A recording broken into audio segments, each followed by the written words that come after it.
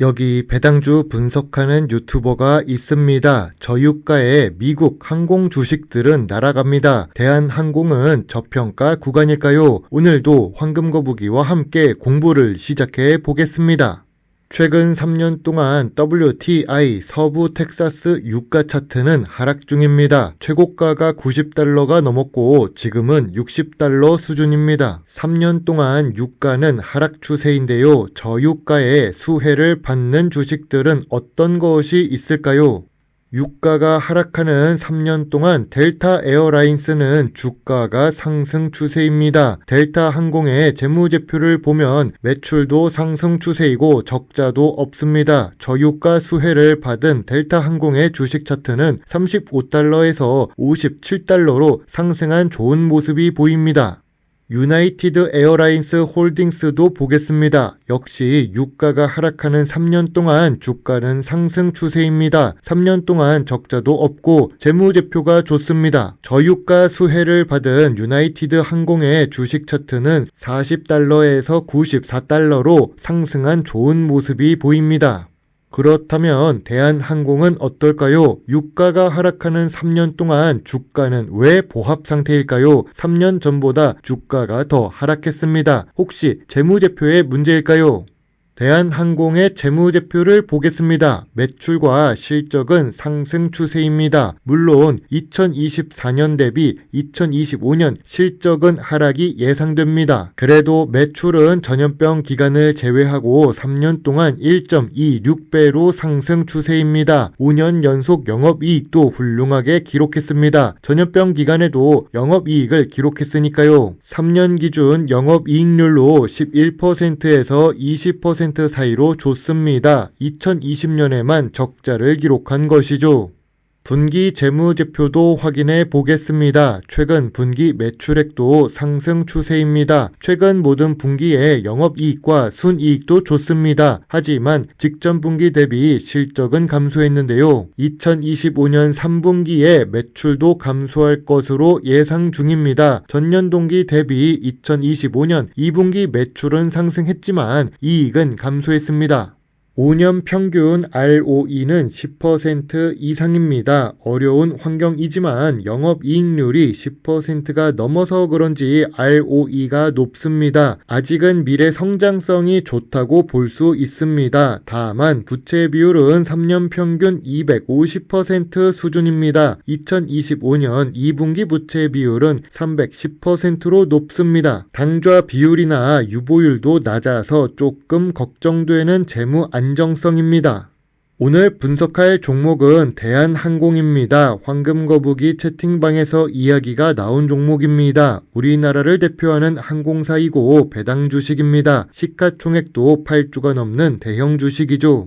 좋은 재무제표와 좋은 ROE를 기록하는 대한항공입니다. 하지만 아쉬운 재무 안정성이 있습니다. 최근 3년 동안 유가는 하락했는데요. 대한항공은 최근 3년 동안 재무제표에 문제가 없는데 주가가 상승하지 못했습니다. 왜 그럴까요?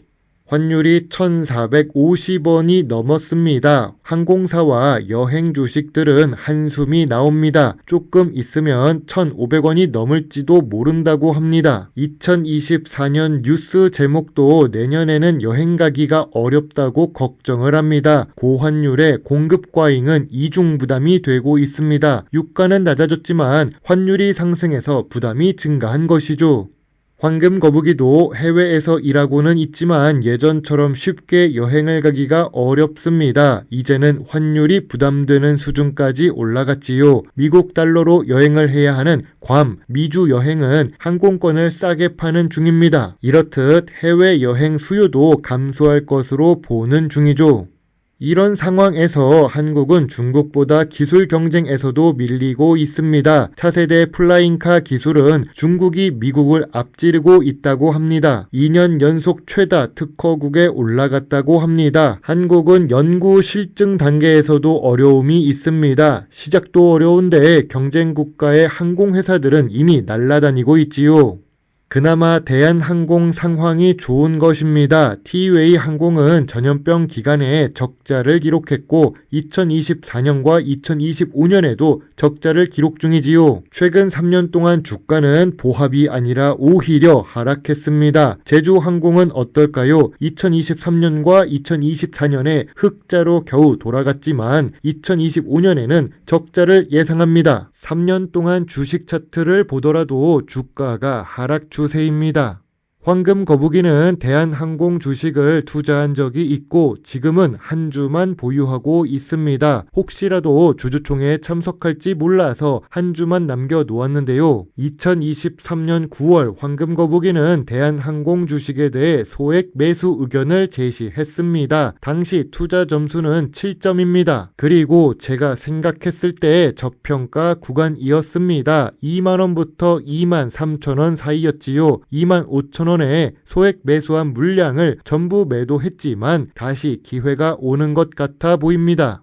대한항공 주식은 미워도 관심을 가지고 있습니다. 우리나라를 대표하는 주식이기도 하고 시장의 독점적 지위를 가지고 있습니다. 경쟁사도 인수하는 것은 긍정적으로 볼 수 있지요. 다만 부채 비율이 높습니다. 지금같이 경제가 불확실성이 가득할 때는 큰 금액을 투자하기가 어렵습니다. 그리고 현재의 주가는 저평가 구간이 아닙니다. 실적이 소폭 감소했기 때문에 저평가 구간을 조금 낮췄습니다. 황금거북이가 생각하는 대한항공 저평가 구간은 18,000원부터 21,000원 사이입니다. 매물대는 똑같이 25,000원에 있습니다. 그런 말이 있죠. 아무리 경제가 어렵다고 해도 해외 여행 갈 사람은 갑니다. 그리고 해외에서 보면 한국 사람들이 여행을 참 좋아한다는 것도 알 수 있습니다.